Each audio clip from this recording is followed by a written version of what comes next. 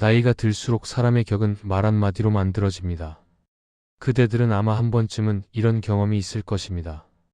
상대방이 나 요즘 몸이 좀 나아졌어 라는 말이 나왔을 때 그대는 어떻게 반응하셨습니까?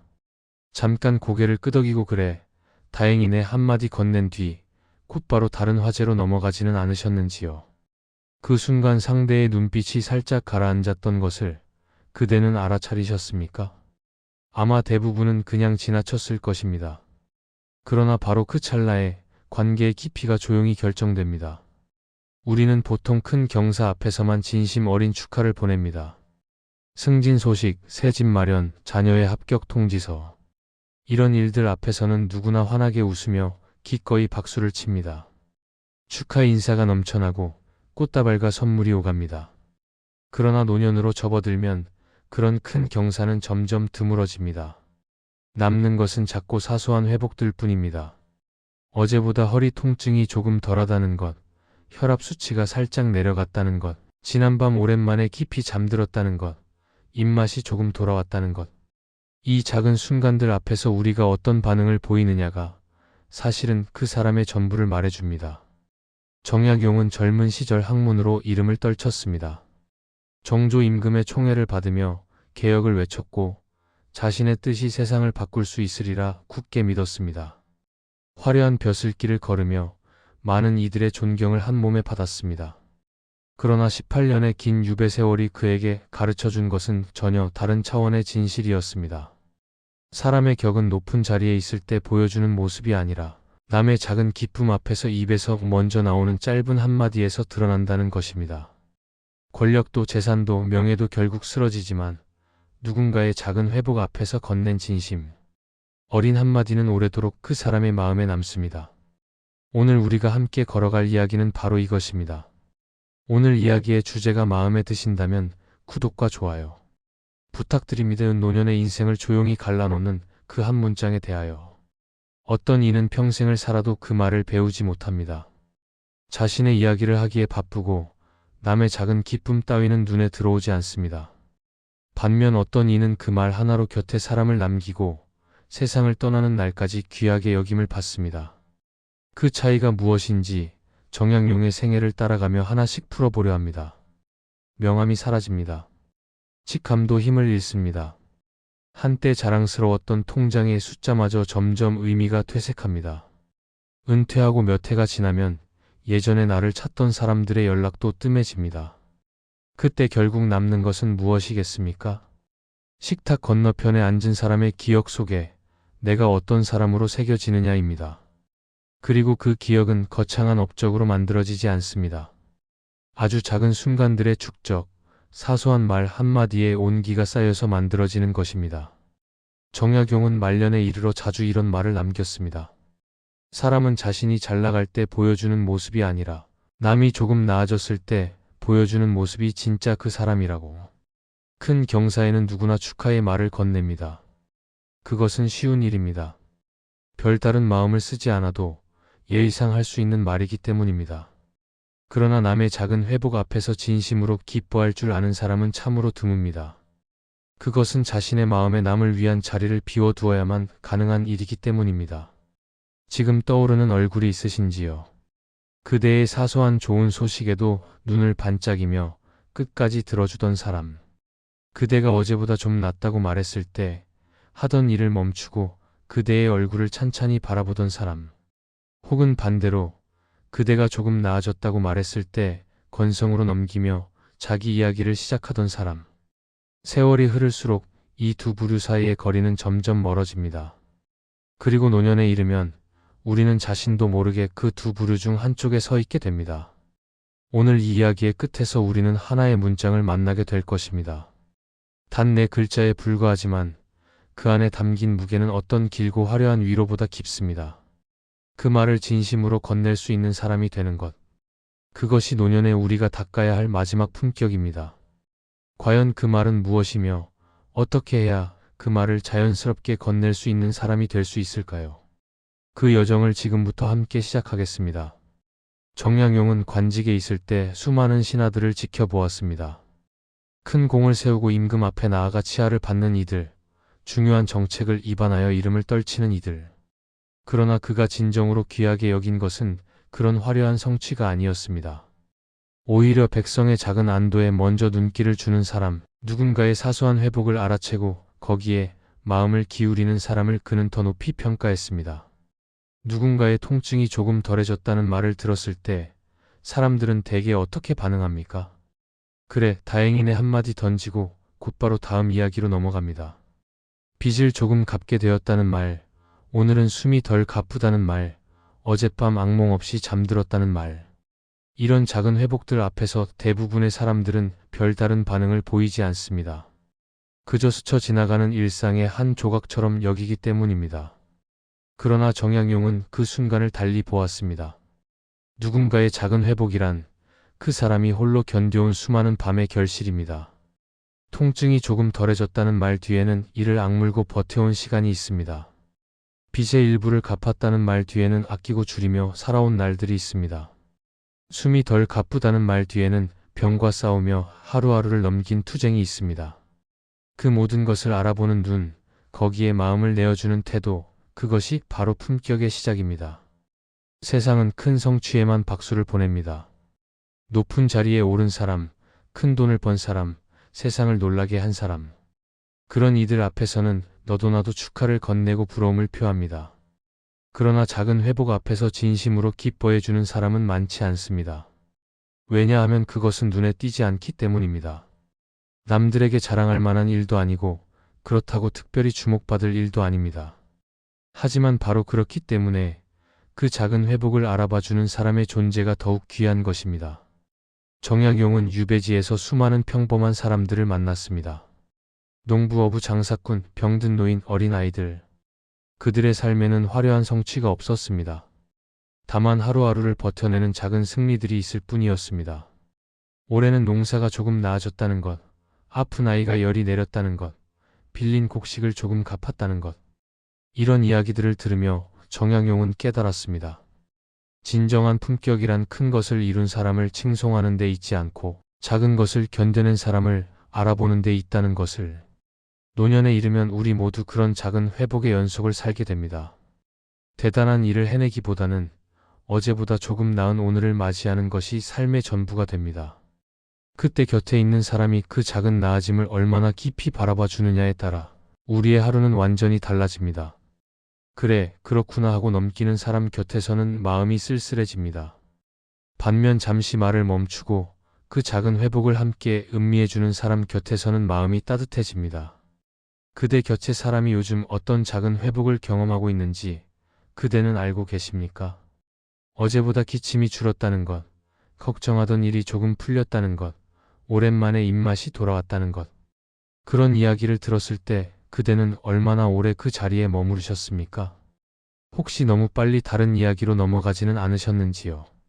노년의 품격은 바로 이 차이에서 시작됩니다.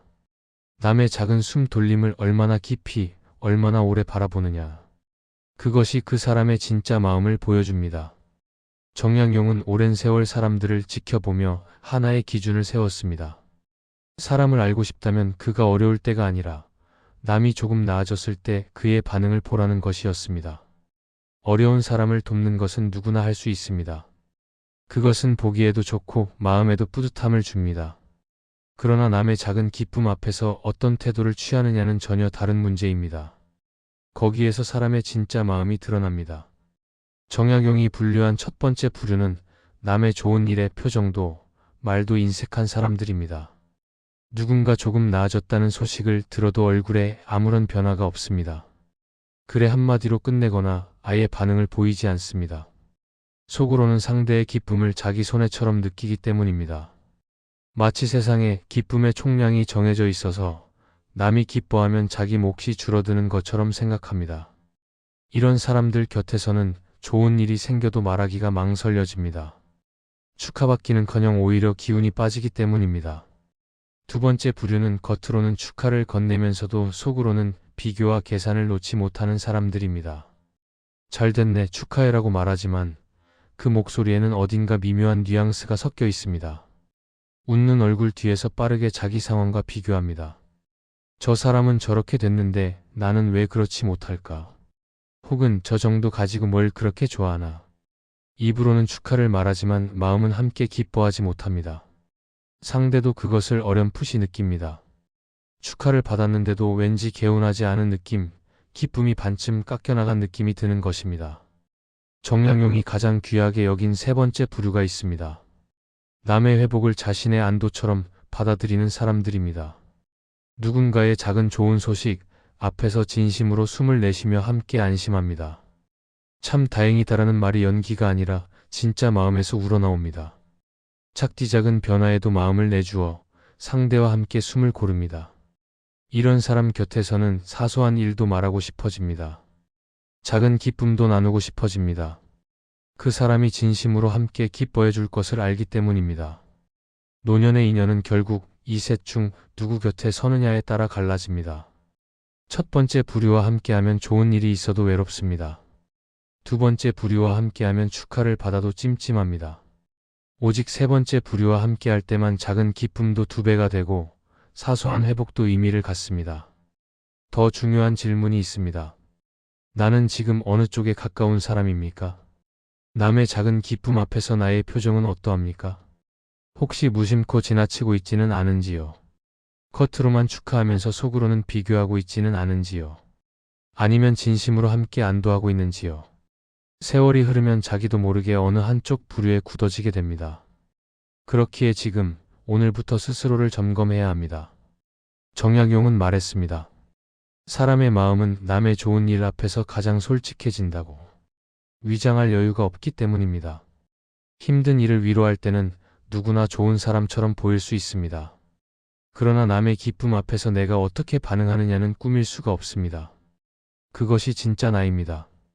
그리고 노년의 곁에 남는 사람은 바로 그 진짜 모습을 보고 결정됩니다. 정약용의 삶에는 좌절이 많았습니다. 젊은 시절 과거에 떨어졌을 때, 뜻을 펼치려던 개혁이 좌절되었을 때, 그리고 무엇보다 18년이라는 긴 세월을 유배지에서 보내야 했을 때, 그때마다 그는 사람들의 반응을 지켜보았습니다.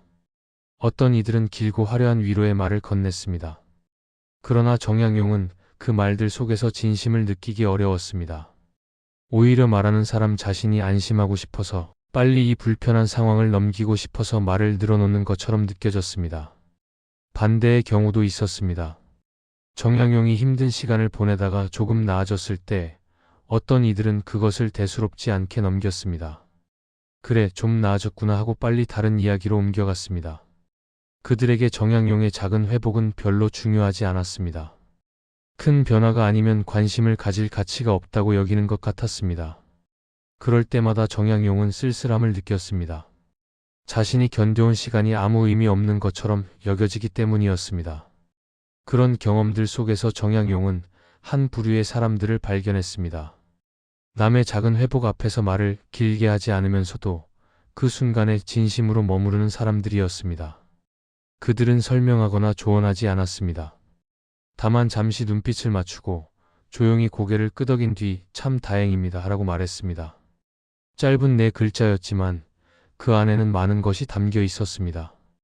참 다행입니다 라는 말에는 2가지 의미가 들어 있습니다. 첫째는 내가 견딘 시간이 헛되지 않았구나라는 인정입니다. 작은 회복일지라도 그것은 누군가가 이를 악물고 버텨낸 결과입니다.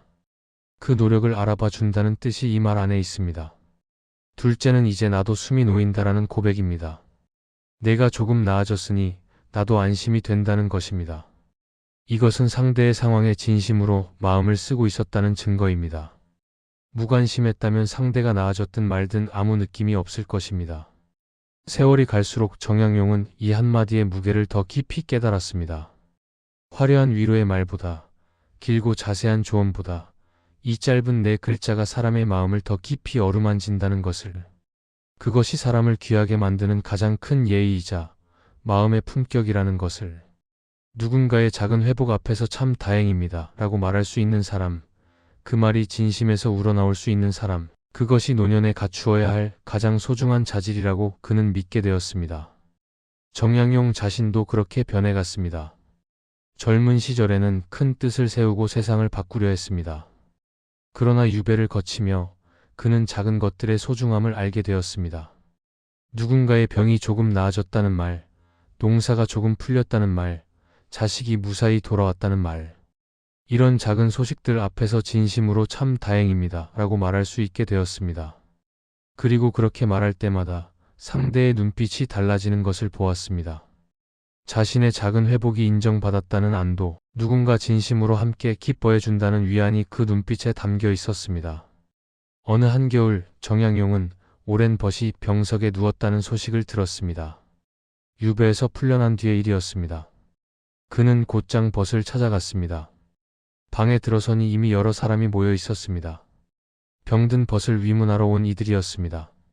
정양용은 구석에 자리를 잡고 조용히 그 광경을 지켜보았습니다. 한 사람이 먼저 인사를 건넸습니다. 어떠신가? 좀 나아지셨는가? 병자가 힘겹게 대답했습니다. 어제보다는 조금 덜 아프네. 그러자 그 사람은 그래, 좀 나아졌네라고 말하고는 시선을 창밖으로 돌렸습니다. 곧이어 날씨 이야기, 세상 돌아가는 이야기로 화제를 바꾸었습니다. 병자의 표정에 순간 어두운 그림자가 스쳤지만 아무도 그것을 눈치채지 못했습니다. 다른 사람들도 비슷했습니다. 의례적인 안부를 묻고 형식적인 위로를 건네고 빠르게 다른 이야기로 넘어갔습니다. 어떤 이는 자기 집안일을 늘어놓았고 어떤 이는 요즘 읽은 책에 대해 말했습니다. 병자는 그저 고개를 끄덕이며 듣고 있었습니다. 방 안에 사람은 많았지만 정작 병자의 마음을 헤아리는 이는 없어 보였습니다. 그때 한 늙은 벗이 들어왔습니다. 그는 다른 이들처럼 많은 말을 하지 않았습니다. 병자의 곁에 조용히 앉아 숨소리를 끝까지 들었습니다. 병자가 어제보다 덜 아프다고 말하자 그는 한참 동안 묵묵히 있었습니다. 아무 말도 하지 않은 채 병자의 얼굴을 바라보았습니다. 그리고 한참 만에 떨리는 목소리로 말했습니다. 그렇습니까가 참 다행입니다. 그 순간 병자의 눈시울이 뜨거워졌습니다. 약도 받지 않았고 돈도 받지 않았습니다. 그저 짧은 한마디를 들었을 뿐입니다.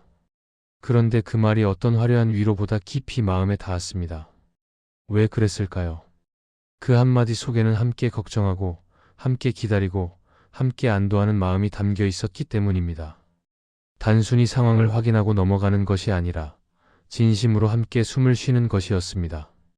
정양용은 그 장면을 오래 기억했습니다. 병자를 살리는 것은 값비싼 약도 명의의 처방도 아니라는 것을 그날 깨달았습니다. 함께 긴 겨울을 건너왔다고 인정해주는 한마디, 내가 견뎌낸 시간이 헛되지 않았다고 말해주는 그 짧은 문장이 사람을 살립니다. 작은 회복 앞에서 머무를 줄 아는 사람, 그 순간의 진심을 내어줄 줄 아는 사람만이 건넬 수 있는 말입니다. 의례적인 안부와 진심 어린 한마디 사이에는 하늘과 땅만큼의 차이가 있습니다.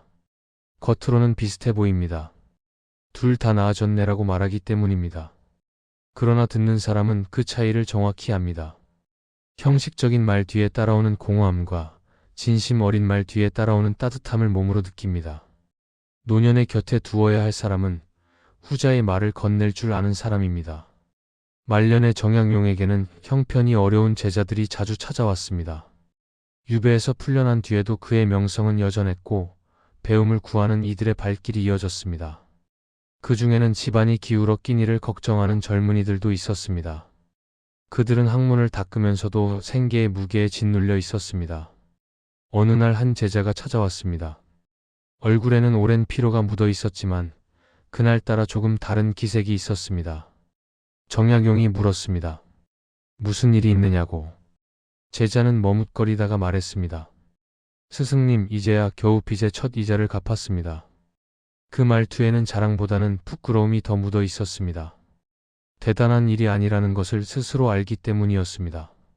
주변에 있던 사람들이 반응했습니다. 이자 좀 갚았다고 뭘 그렇게. 원금은 언제 갚으려고. 농담 반 타박 반이었습니다. 그 말을 듣는 순간 제자의 어깨가 눈에 띄게 축 처졌습니다. 고개를 떨구고 입을 다물었습니다. 자신이 견뎌온 시간이 우습게 여겨지는 느낌이었을 것입니다. 별것 아닌 일에 기뻐한 자신이 부끄러워졌을 것입니다. 정양용은 잠시 말을 멈추고 제자를 바라보았습니다. 이 젊은이가 오늘 여기까지 오기 위해 얼마나 많은 밤을 뜬 눈으로 지새웠을지 생각했습니다. 이자 한 푼을 마련하기 위해 아끼고 줄이며 살았을 나날들, 포기하고 싶은 순간마다 이를 악물었을 의지, 그런 것들이 떠올랐습니다. 그리고 조용히 입을 열었습니다. 그 길을 포기하지 않고 여기까지 왔구나. 참 다행이다. 짧은 말이었습니다. 그러나 그 한마디에 제자의 눈빛이 달라졌습니다. 축 처졌던 어깨가 다시 펴졌습니다. 고개를 들어 스승의 얼굴을 바라보았습니다. 그 눈에는 물기가 살짝 고여 있었습니다. 누군가 자신의 작은 걸음을 인정해 주었다는 것, 그 고단한 시간이 헛되지 않았다는 것을 확인받은 순간이었습니다. 노년의 어른이 젊은이에게 줄 수 있는 것은 무엇입니까? 거창한 조언이 아닙니다. 세상을 살아가는 비법을 알려주는 것도 아닙니다. 작은 걸음에도 자리를 내어주는 인정, 사소한 성취에도 진심으로 기뻐해주는 마음, 그것이 어른이 줄 수 있는 최고의 축복입니다. 그것이 젊은이의 등을 밀어주고 포기하지 않을 힘을 줍니다. 정약용은 그날 이후로 더욱 확신하게 되었습니다. 사람의 마음을 일으키는 것은 큰 보상이 아니라 작은 인정이라는 것을. 세상이 알아주지 않는 노력, 남들 눈에 띄지 않는 견딤, 그런 것들을 알아봐주는 한마디가 사람을 살린다는 것을. 참 다행입니다라는 말은 그래서 무겁습니다.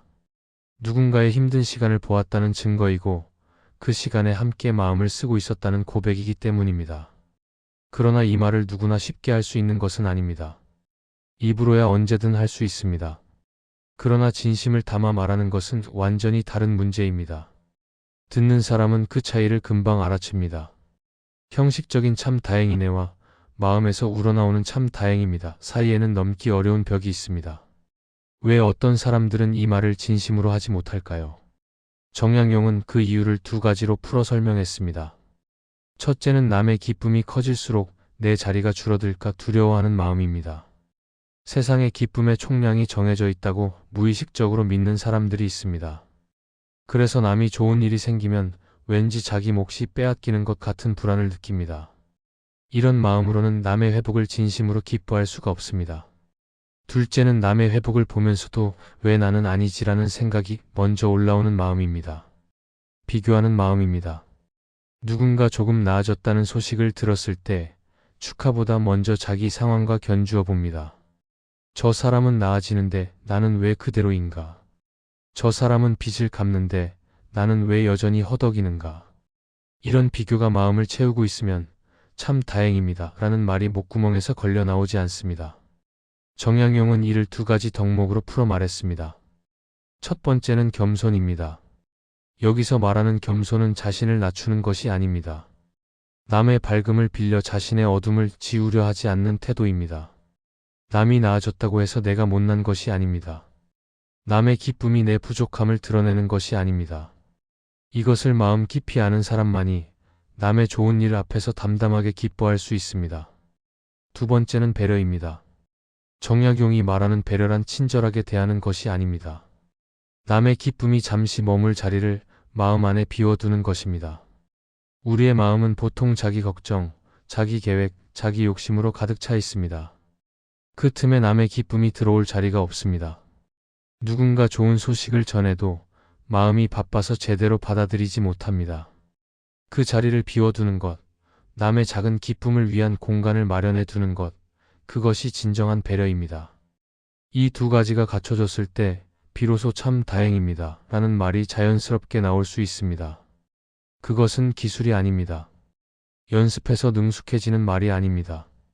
마음의 상태가 그렇게 되어야 비로소 나오는 말입니다. 겸손해서 남과 비교하지 않고 배려로 마음의 빈자리를 두고 있을 때 참 다행입니다가 억지 없이 흘러나옵니다. 노년의 이 말을 자연스럽게 건넬 수 있는 사람이 되려면 젊을 때부터 이 두 가지를 닦아야 합니다. 남의 기쁨을 내 손해로 여기지 않는 연습, 마음에 남을 위한 자리를 비워두는 연습. 이것이 쌓이면 노년에 이르러 참 다행입니다 라는 말이 입에서 자연스럽게 나옵니다. 그리고 그 말을 건넬 줄 아는 사람 곁에는 언제나 사람이 남습니다. 이제 남은 인생에서 우리는 선택해야 합니다. 곁에 어떤 사람을 남길 것인가? 그리고 나 자신은 어떤 사람이 될 것인가? 노년에 이르면 모든 것이 단순해집니다. 화려한 것들은 빛이 바래고 복잡한 관계들은 정리되고 결국 몇 사람만이 곁에 남습니다. 그 몇 사람이 누구냐에 따라 남은 날들의 색깔이 완전히 달라집니다. 정약용은 말년의 세상을 크게 바꾸려는 뜻을 내려놓았습니다. 젊은 시절에는 개혁으로 나라를 바로잡겠다는 원대한 꿈이 있었습니다. 그러나 18년의 유배를 거치며 그는 다른 것을 배웠습니다. 남은 날들을 함께 안도해 줄 사람 몇 명이 세상을 바꾸는 어떤 업적보다 귀하다는 것을, 내 작은 회복에 진심으로 기뻐해 줄 얼굴, 내 사소한 좋은 소식에 눈을 반짝여 줄 얼굴, 그런 사람들과 함께하는 시간이 노년의 진짜 재산이라는 것을 알게 되었습니다. 큰 선물을 안겨주는 사람보다 더 귀한 사람이 있습니다. 내 작은 기쁨에도 참 다행입니다 라고 말해줄 수 있는 사람입니다. 비싼 것을 사주는 사람보다 내 이야기에 끝까지 귀 기울이는 사람이 더 소중합니다. 대단한 조언을 해주는 사람보다 내 작은 나아짐을 함께 기뻐해주는 사람이 더 필요합니다. 노년의 곁에 남겨야 할 사람은 바로 그런 사람입니다. 그리고 더 중요한 것이 있습니다. 나 자신이 그런 사람이 되어야 한다는 것입니다. 남에게 그런 사람을 구하기만 하고 정작 자신은 그렇게 하지 않는다면 그것은 공평하지 않습니다. 누군가의 작은 회복 앞에서 내가 먼저 참 다행입니다 라고 말할 수 있어야 합니다. 그럴 때 비로소 나도 그런 말을 들을 자격이 생깁니다. 오늘 그대가 할 수 있는 작은 실천은 어렵지 않습니다. 누군가 어제보다 조금 덜 힘들다고 말할 때 그래, 그렇구나 하고 넘기지 마십시오. 잠시 하던 일을 멈추십시오. 그 사람의 얼굴을 바라보십시오. 그리고 말해 보십시오. 그렇게 되어서 참 다행입니다. 이 한마디가 얼마나 큰 힘을 갖는지 직접 해보시면 알게 됩니다. 처음에는 어색할 수 있습니다. 그런 말을 해본 적이 없다면 입에서 쉽게 나오지 않을 수 있습니다. 그러나 몇 번 해보면 달라집니다. 상대의 눈빛이 바뀌는 것을 보게 됩니다. 자신의 작은 회복이 인정받았다는 안도, 누군가 진심으로 함께 기뻐해 준다는 위안이 그 눈에 담기는 것을 보게 됩니다. 그 순간 그대의 마음도 따뜻해질 것입니다. 이 한마디를 자주 건네는 사람, 그것이 노년의 끝까지 귀하게 여김받는 사람입니다. 명함도 없고 직함도 없고 큰 재산도 없어도 참 다행입니다를 진심으로 말할 줄 아는 사람은 어디에서나 환영받습니다. 그 사람 곁에 있으면 작은 기쁨도 빛나기 때문입니다. 노년의 품격은 결국 이 한마디에서 완성됩니다.